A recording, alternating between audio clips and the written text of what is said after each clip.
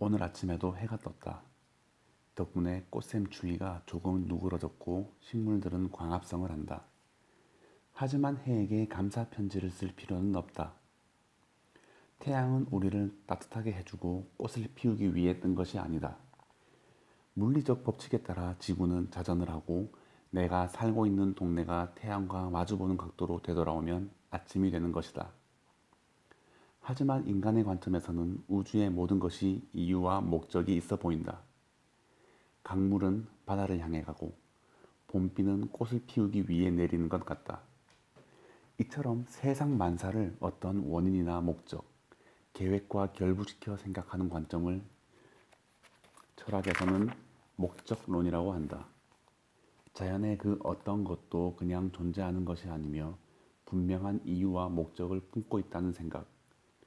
이 목적론적 사고의 원조가 바로 아리스토텔레스다.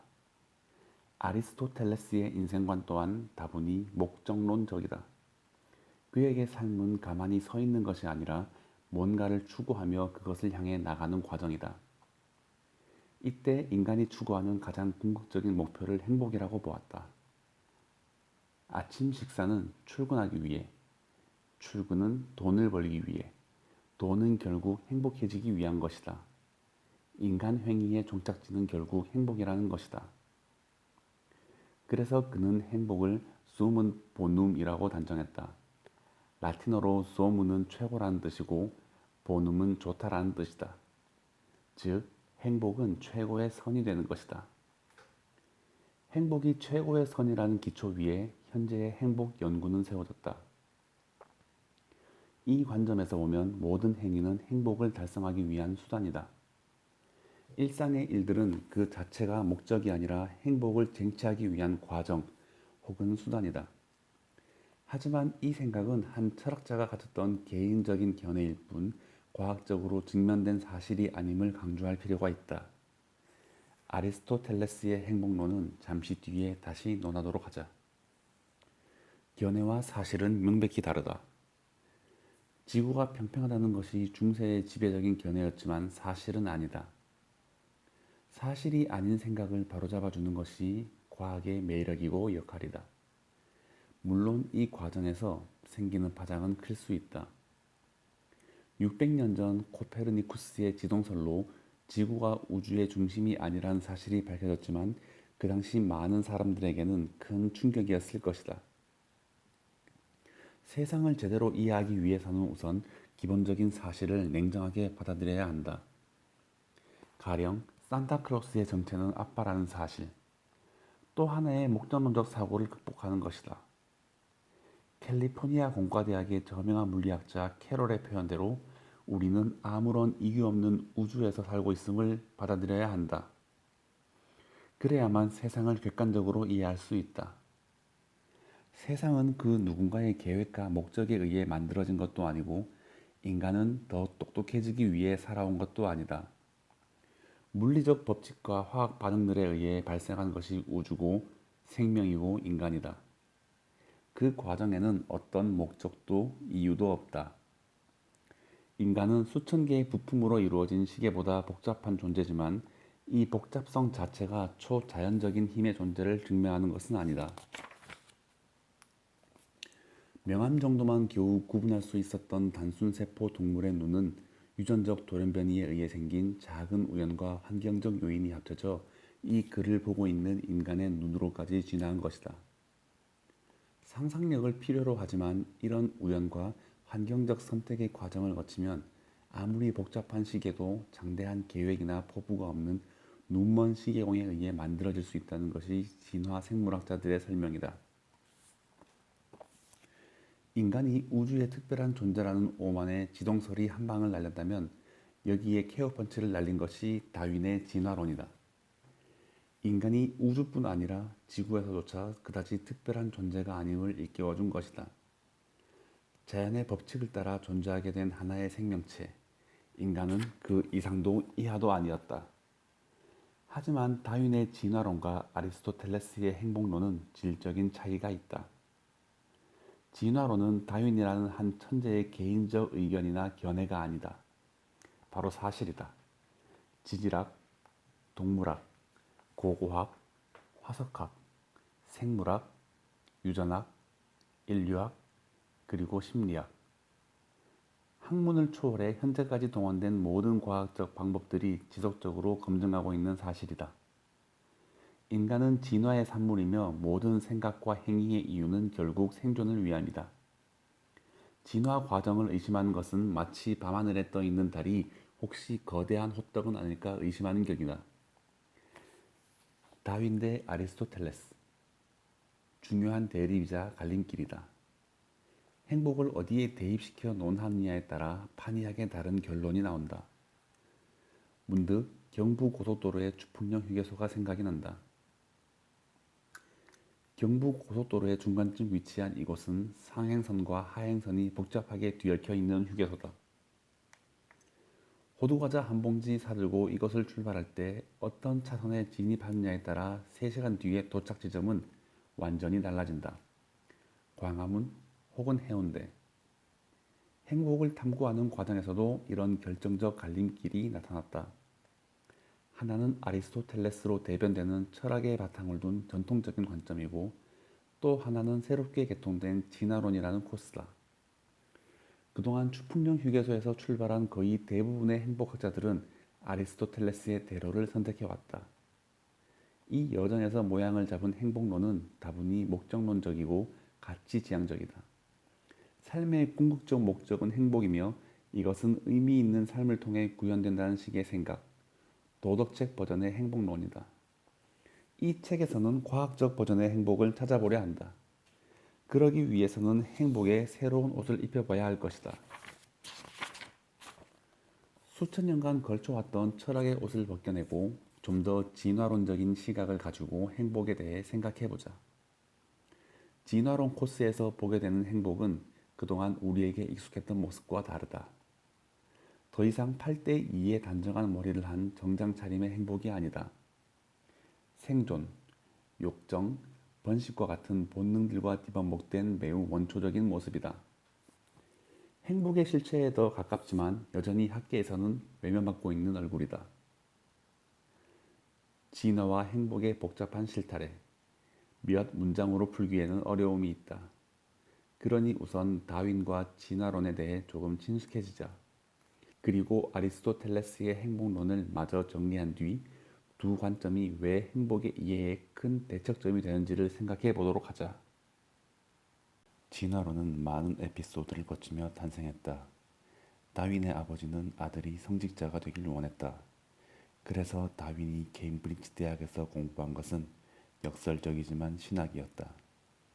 대학을 졸업한 다윈은 1831년 남미 지형 탐사에 나서는 비그로에 올랐고, 이 여행을 통해 진화론의 증거들을 수집하게 된다. 그런데 다윈이 이 운명적인 항해에 동참하게 된 이유가 재미있다. 생물학자로 정중히 초빙된 것이 아니고 비그로 선장의 말동무가 되어달라는 제안 때문이었다. 이 모양 빠지는 제안을 다윈이 거절했다면 진화론의 창시자는 그의 동료이자 라이벌이었던 알프레드 윌리스가 되었을 가능성이 높다. 찰스 다윈이 가진 생각의 뿌리는 토마스 멜서스의 인구론이다. 그것을 통해 다윈은 모든 생명체가 번식하며 살아가기에 지구 자원이 턱없이 모자라다는 점을 깨닫게 된다. 자연의 질서가 유지되는 것은 누군가가 수명을 채우지 못하고 꾸준히 죽기 때문이다. 그렇다면 누가 살고 누가 죽는가? 진화론은 이 치열한 생존 경쟁이 진행되는 과정을 체계적으로 설명한다. 만 50세가 되던 해 다윈은 종의 기원을 출판한다. 수많은 종의 생명체들이 어떻게 지구에 출현하게 되었으며 어떤 과정을 통해 이들의 생존과 소멸이 갈리는지를 설명했다. 간단한 요약은 이러하다. 종의 각 개체는 유전적 변이 등에 의해 조금씩 다른 모양과 특징을 가지고 태어난다. 60억 인구의 생김새와 성격이 서로 다르듯 이런 특성 중 어떤 것은 특정 환경에서 생존하는 데 더 적합하고 어떤 것은 불리하다. 후세에 대물림되는 개인 간의 매우 사소한 모든 형태의 차이가 결국 진화의 긴 과정에서 증폭되어 생존 여부를 가르게 된다는 것이다. 예를 들어 어떤 섬의 씨앗이 모두 단단한 껍질로 쌓여 있다고 하자. 이 섬에서 태어나는 참새는 튼튼한 부리를 가지는 것이 유리하다. 이 섬에서는 큰 부리 참새들이 많이 살아남게 되고 그들의 후손 중에는 큰 부리 유전자를 가진 녀석들이 점점 많아진다. 이 과정이 수백, 수천 세대에 걸쳐 지속되면 이 섬은 결국 큰 부리 새들의 세상이 되는 것이다. 다윈이 갈라파고스 군도의 핀치 새들을 관찰하며 얻은 영감이다. 간편한 이해를 위해 지극히 단순하였지만 이 과정이 종의 기원에서 설명하고 있는 자연 선택의 요지다. 놀라운 통찰력이지만 여전히 설명되지 않은 부분이 있다. 어떤 생명체들은 생존에 매우 불리한 모습을 가지고 있으면서도 여전히 번성하고 있다. 공작새의 꼬리가 대표적인 예다. 우스꽝스러울 정도로 크고 화려한 공작새의 꼬리는 생존에 큰 핸디캡이 될 수 있다. 포식자의 눈에 잘 띄고 위험시 도피할 때에도 큰 짐이 된다. 그렇다면 이 녀석들은 왜 멸종하지 않았을까? 사실 이 질문은 다윗의 밤잠을 빼앗은 커다란 난제였다. 동료 생물학자 그레이에게 다윈이 이런 편지를 쓸 정도였다. 난 공작새의 꼬리를 볼 때마다 어지럽고 토가 나온다네. 하지만 이 수수께끼도 결국 다윈은 풀어낸다. 그는 생존의 목적이 단지 살아 숨쉬는 것이 아님을 깨닫게 된다. 생명체는 후세에 자기의 유전자를 남겨야 하며 이때 넘어야 할 엄청난 장벽이 성공적인 짝짓기다. 이것이 공작새가 사치스러운 꼬리를 가진 이유다. 수컷 공작새가 많은 위험을 감수하면서까지 큰 꼬리를 유지하고 그것을 단장하는 이유는 짝짓기를 위해서다. 정말일까? 공작새가 목숨을 걸고 꼬리를 장식하는 것이 진정 짝짓기를 위한 것일까? 검증을 위해 과학자들은 27마리의 수컷 공작새 꼬리에 있는 눈 모양의 무늬수와 짝짓기 빈도를 기록했다. 무늬가 많은 공작새일수록 짝짓기 빈도가 확연히 높았다. 조금 더 정교한 검증을 위해 눈 모양 무늬 20개를 가위로 오려내 보았다. 놀랍게도 꼬리에 이런 테러를 당한 공작새들의 짝짓기 빈도는 2.5배 감소했다. 다윈의 주장대로 꼬리는 패션 품목이 아니었다. 수컷의 화려한 꼬리는 자신이 건강하고 우월한 유전자를 가진 존재임을 암컷들에게 과시하는 상징물이다. 이렇게 거추장스러운 핸디캡을 안고도 나는 생존할 수 있는 대단한 놈이야. 뭐 이런 말을 하고 있는 것이다. 공작새든 인간이든 좋은 유전자를 받아야 하는 암컷은 이런 위너 수컷들에게 홀리게 되어 있다. 유혹하고 유혹당하고 짝짓기에 성공하고 실패하고 진화의 또 하나의 결정적인 열쇠를 쥐고 있는 이 성선택 과정을 상세하게 다룬 것이 1871년 출판된 인간의 유래와 성선택이다. 이것으로 진화론의 큰 틀이 거의 완성된다. 공작새 꼬리가 이 책의 관심사는 아니다. 하지만 공작새 꼬리는 진화론의 핵심적인 메시지를 담고 있다.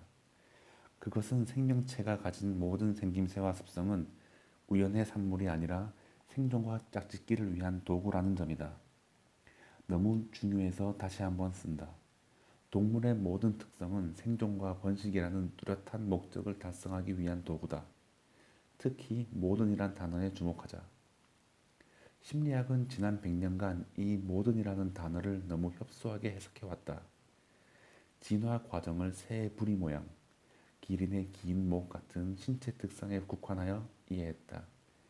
하지만 심리학이라는 학문은 글자 그대로 신체보다는 마음에 더 큰 관심이 있다. 어떤 신체적 특징을 가진 동물들이 멸종 혹은 생존했는지 인간의 마음을 이해하는 것과는 무관해 보였다. 이 순진했던 심리학의 관점을 넓히는 책들이 약 10년 전부터 나오고 있다. 예를 들어 스탠포드 대학에서 심리학 박사학위를 갓 마친 제프리 밀러라는 젊은 친구가 2000년도에 내놓은 메이팅 마인드라는 책, 세퍼트라는 대가 밑에서 공간사고를 전공했던 이 친구는 학위 후 훨씬 묵직한 질문을 던진다.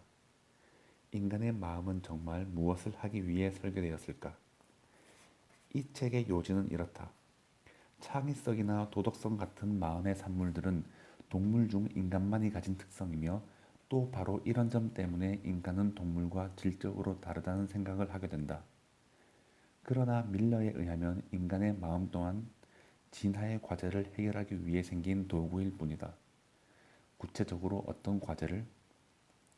피카소는 캔버스에, 바하는 악보에 생을 마쳤지만 이런 행위는 동물이 생존하기 위해 꼭 필요한 것은 아니다. 악보가 사자와 추위를 막아주지는 못한다. 그렇다면 창의적인 노력에 담긴 본질적 의미나 목적은 무엇일까? 본인도 의식하지 못했지만 상당 부분을 짝짓기를 위함이다. 이것이 밀러를 비롯한 최근 진화 심리학자들이 내놓은 파격적인 대답이며 현재 많은 학자의 지지를 받고 있는 견해다. 공작새의 꼬리를 다시 떠올려보자. 그 꼬리는 오직 짝짓기만을 위해 설계된 매우 거추장스러운 도구다. 이 공작새 꼬리 같은 기능을 하는 것이 인간의 마음이라는 것이다.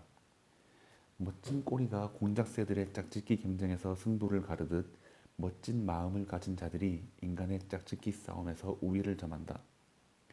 공작새는 꼬리를, 인간은 마음의 능력을 펼치지만 밀러에 의하면 판이하게 다른 이 행위의 궁극적인 목적은 동일하다.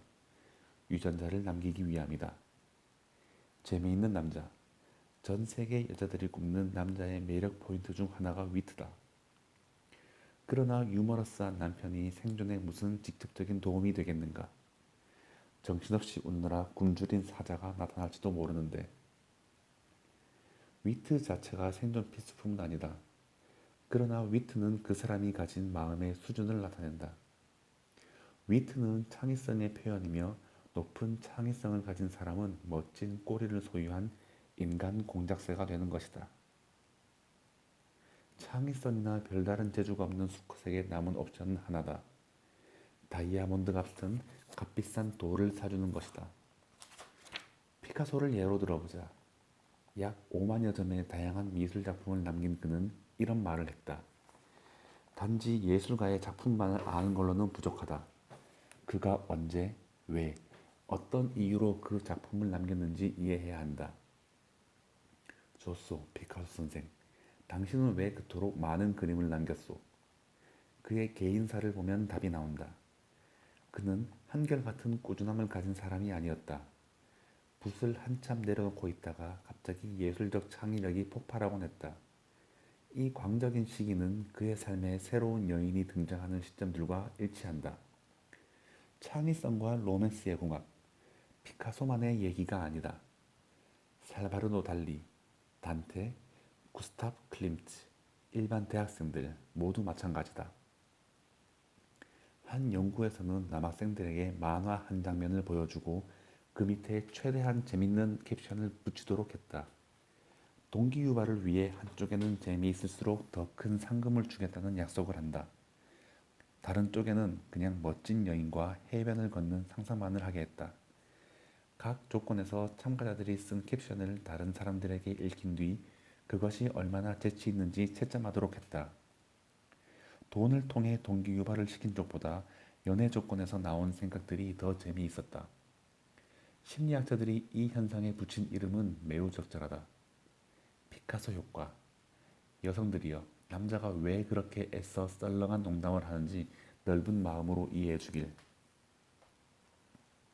행복의 중요한 포인트를 전달하기 위해 다윈에서 피카소까지 돌았다. 원점으로 다시 가자. 아리스토텔레스는 일찍이 행복은 삶의 궁극적인 목적이라고 단언하였다. 행복을 뭔가를 위한 수단이나 도구가 아니라 모든 인생사가 향하는 최종 종착지로 보았다.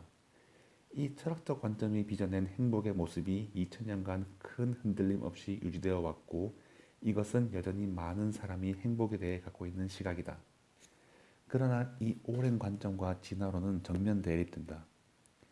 앞서 보았듯 진화론적인 관점에서 인간의 모든 특성은 생존을 위해 최적화된 도구이다. 밀러에 의하면 신체적 특성뿐 아니라 고차원의 정신적인 특성도 이 생존 도구의 역할을 한다.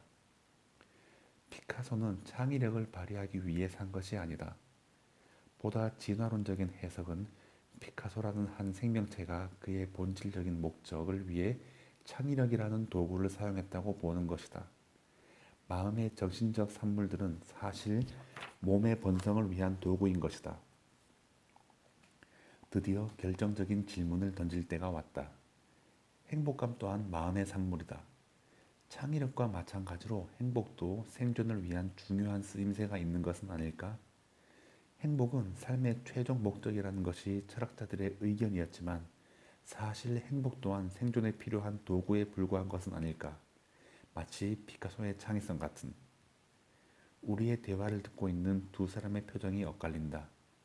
약간 당혹감을 보이는 아리스토텔레스 선생, 반면 다윈 선생은 슬쩍 미소를 머금는 것 같다. 이제야 뭔가 감을 잡는군.